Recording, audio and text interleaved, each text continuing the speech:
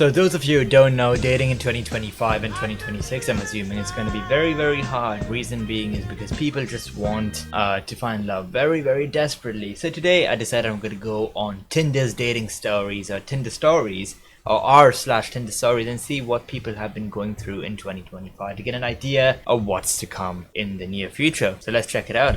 Got scammed by a Tinder date in Dubai. Feeling really low right now. Yeah, so I just need to get this off my chest. I got scammed last night in Dubai by a girl I met on Tinder.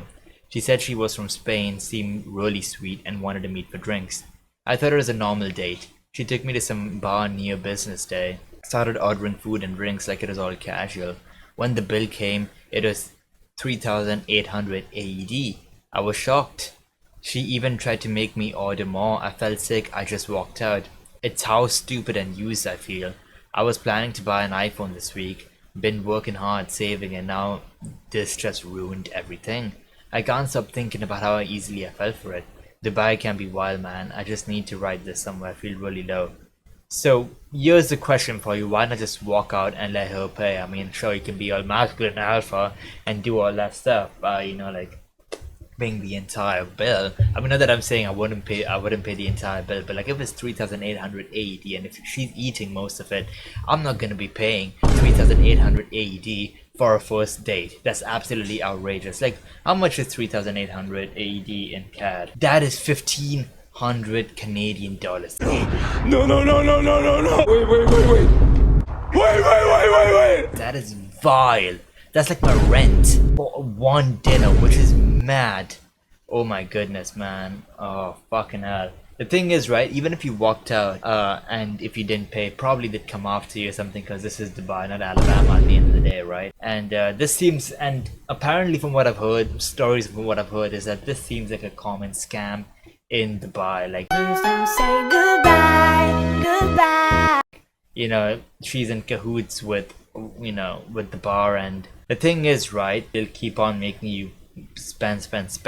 Don't be swayed away, or don't be swayed by a beautiful girl, because that's just kind of pathetic at the end of the day, because you don't want to be swayed. Like, sure, we all have once or twice in our lives, but like, Can I climb you? You may. Don't let that make you spend $1,500 on the first date. That is vile, okay? Well, at least from this experience, I hope you've learned, and it could be a good learning experience at the end of the day. Menace to mental health.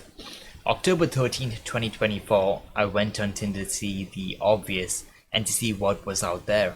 I came across a lady that was my old elementary school friend. Her name was Lauren, and from the surface, she seemed wonderful. But little did I know she's literally seeking to destroy me or whomever chose her at the time. I went on a date with her, went well, did a second date, and before the third, she was running into me at random places. Keep in mind, we live 30 to 45 minutes away from each other now. At first it wasn't that uncommon, but the more I dived into it, the more suspicious I got. No matter where I went, she was there. I got a ping on my phone saying Bluetooth device found. Long story short, she planted 5 different trackers on my vehicles, 2 inside and 3 outside.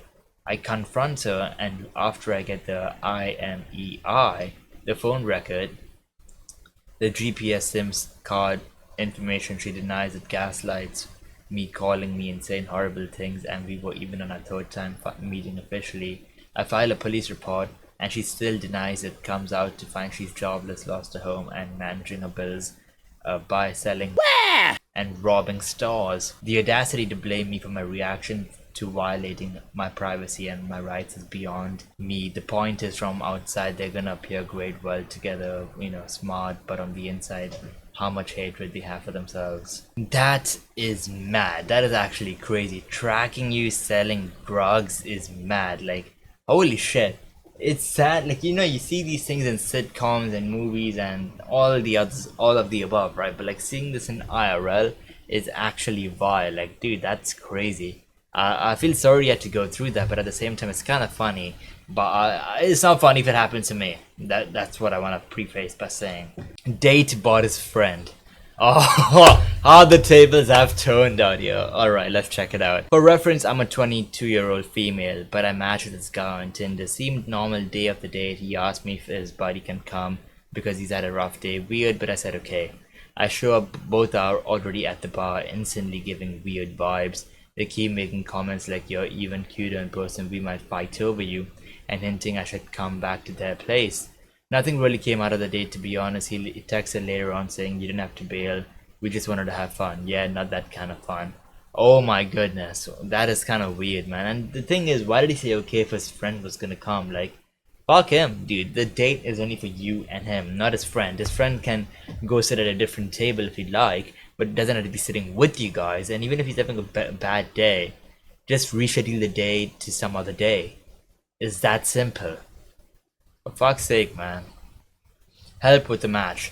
I matched with a girl the other day that lives in the same town as me. I live in a quite small area, so meeting new people here is a bit of a rare occurrence. She hasn't got a bio and hasn't responded to any of my messages. I admit that I have messaged her a few times, but nothing. She has a unique name, so I searched Instagram for her and found her. Should I follow her and try to reach out to see if she's more active, or would that creep her out? I'm leaning towards the latter, but latter being true, but I truly am attracted to her, which is rare for me. Short answer, don't. Yes, it's creepy, it's not a good option. If it's rare for you, alright, why are you on a dating app to begin with? Like, she ain't all that shit, bro, trust me. Like, even if she is really attractive, it is very, very creepy. If you've texted her multiple times on a dating app, she hasn't responded, dude, get the hint, move on. Do not follow her to reach out to her there. That's just weird, it's creepy, and yeah, just keep going, you know?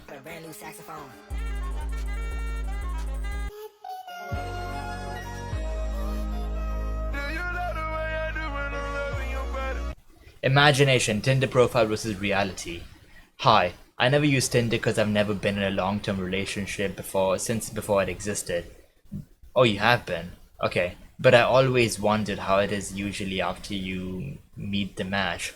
Is the person like you imagine they would be, like looks, personality, mannerisms, or different than the image you created of them? Any interesting stories? I've never been on a dating app, but they're always different from what you imagine them to be, because never expect anyone to be anything you imagine them to be, because expect nothing, dude, gain everything. That's pretty much how it is. People always will look different from the time, you know, from their images, because of filters, XYZ, things like that. But that's the name of the game. You got to get used to it, and expect nothing, gain everything. Go with the intention of you're meeting someone new.